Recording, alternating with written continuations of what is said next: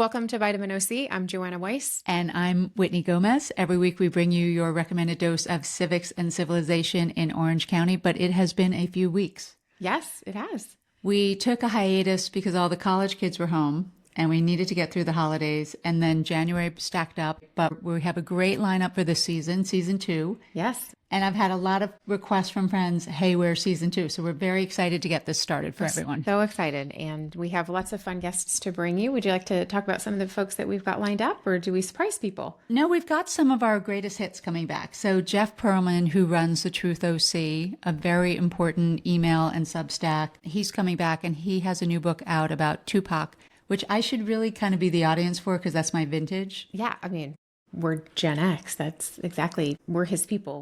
We're his people, and we love him to death. So I'm going to listen to his book before he comes so we can talk about the book a little bit. But he has also been tracking school board meetings and city council meetings and protests in Orange County and highlighting people doing great things, people doing really not great things. So it'll be really good to catch up with Jeff again. Yes, absolutely. We have another guest that we'll hopefully be having on soon from Planned Parenthood.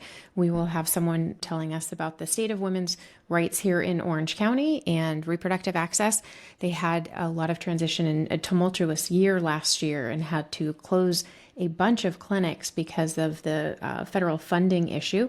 And so we'll talk with them about the fallout from that, how that's been affecting patient care, and hopefully where we can go from here to support reproductive access for women and just healthcare in general from Planned Parenthood. Great. That'll be really important. I had not known about the funding cut before we interviewed Amy, who is the director of WAVE now, and she let us know about that. So important for everyone to know about this for donation purposes and for voting purposes. Exactly. And Joanna, when we started this last July, our mission was to highlight local people doing good things. And we had some really interesting developments with Benny Halleck, who is the local activist who just kind of rose up from the golf course and led this effort to stop the surf park wave pool that was going to replace part of Newport Beach golf course, Newport Beach golf course. And the city council voted, I think it was 6-0 in favor. Right. And then there was a petition drive and they overturned their ruling. I think it was 5-0 with one abstention. So Benny was amazing. Right.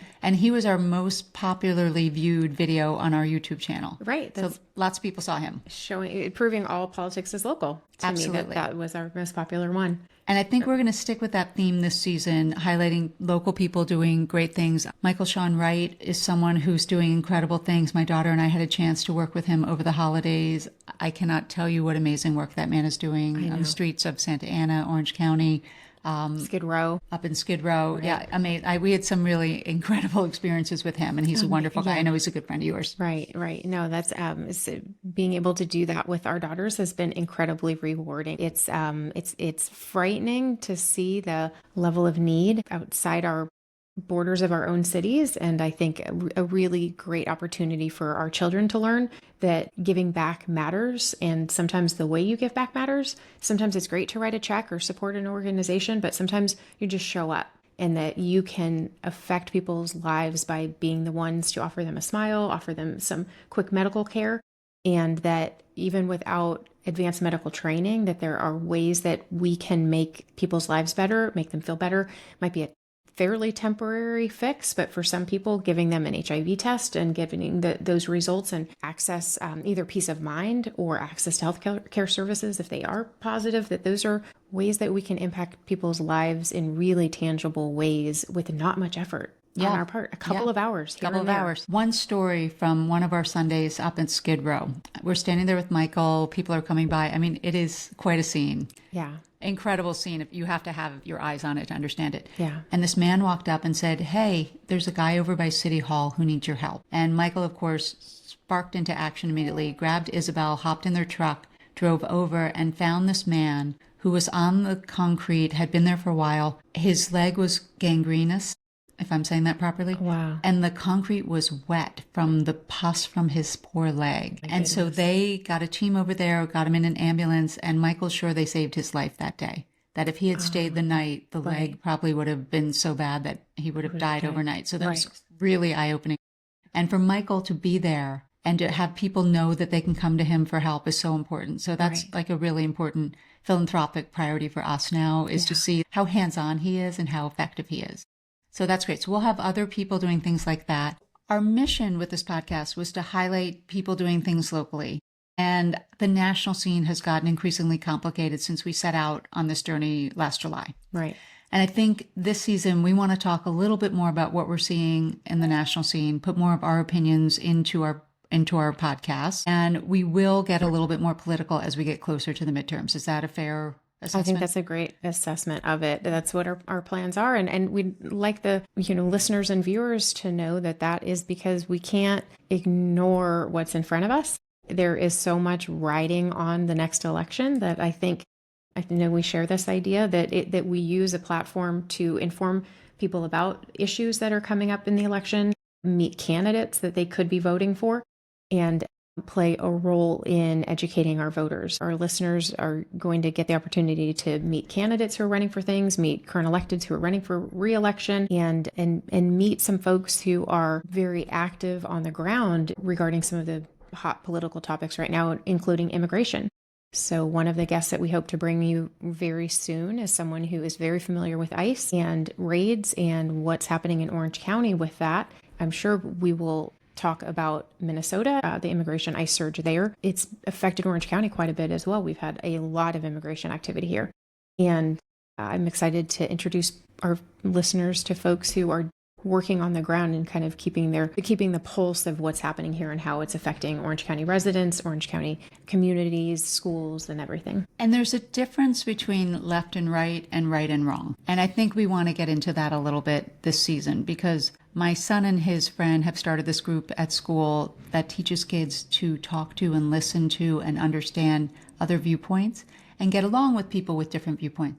And that's admirable and great. I think that's the approach that we've taken to date. I think there's a time to put a flag in the soil, and we're essentially there. So I think we need to start being a little bit more outspoken when we see things that are wrong. And I know a lot of your political contacts will help us to do that if we get them on. Right. Absolutely. It's the time is now. The urgency is there. I think we're already hearing in the national level about nationalizing elections, which is code for having, not even code. It literally was, there's no code anymore. No code. Have Republicans run elections. And when most of them are election deniers, who are the Republicans taking over elections, we need to sound the alarm. And when we have, American citizens who are being thrown in detention centers for retribution, for trying to record videos, things like that, those are, the time is now for people to act and to plant that flag.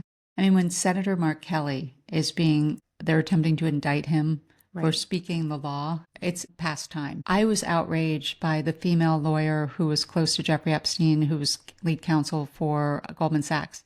And I just said to my husband, do we still have that Goldman stock from when you worked there? I'm going to go to the shareholder. He looked at me like, you're going to go with our paltry holding of Goldman stock and raise the stink at the shareholders meeting. And yes, I mean, those are the kinds of things that we need to be doing to hold people accountable. Right. Now, she resigned, but it's effective June 30th. I was just going to say, not to end of soon enough. Like, come on, lady. Right. So we need to be holding people accountable. And there's a role for us to play. There's a role for the two of us. There's a role for anybody listening. One of the people who's speaking out against some of the Epstein file things is if someone I know we deeply respect, Mary Claire Haver, has been shouting from the rooftops that Peter Attia, supposed longevity expert, we'll put that in air quotes, and she's taken a stand, and several women advocate doctor influencers are using their platforms to talk about his ties to Epstein and let people know that is not someone who should be dispensing advice, particularly to women, if he doesn't respect women. Okay. Can I tell you how I've been dealing with that whole thing? Because I read his book, hook, line, and sinker, all in on many of the things that he recommended. And a couple of friends of mine now are hanging at the gym. We're supposed to be able to hang for 90 seconds. Right. If you haven't done this, try it. It's so hard. So I'll be like hanging, shaking, thinking, do I really need to do this? He was the Epstein files. Can I drop down now? So I think there's merit to a lot of what he said anyway. But yes, we need to hold him to account. Barry Weiss at CBS, come on, girlfriend. Like, what's going on here? So that's what's in store for the season. We are grateful for you for being along with us for the ride. And we're sorry for such a long hiatus, but sometimes life gets in the way of things that we. It was almost feel planned. important. It was we did intend. We're about 3 weeks overdue. About 3 weeks overdue, but we did intend to take a break in between seasons and come back with a strong season 2, which we're so proud to present to you. And looking forward to spending more time with you and diving into these important topics, as well as some of the community, the local issues too, because we won't forget about those. Absolutely. Thank you for being along for the ride with us. We really appreciate your taking your 20 minutes a week to listen to what we have to say, along with our guests. And thank you for joining us for your recommended dose of civics and civilization in Orange County. We'll see you next time on Vitamin OC.